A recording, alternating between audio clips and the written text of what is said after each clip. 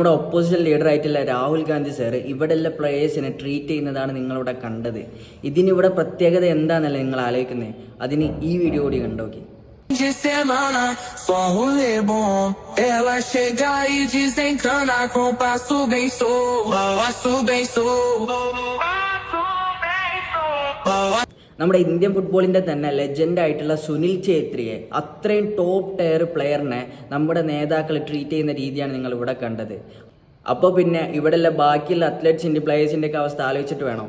ഇതൊക്കെ കാണുമ്പോഴാണ് നമ്മുടെ രാജ്യത്തിൻ്റെ ഭരണകൂടം എത്രത്തോളം തരം താഴ്ന്നു പോയിട്ടുണ്ട് എന്ന് മനസ്സിലാവുന്നത്.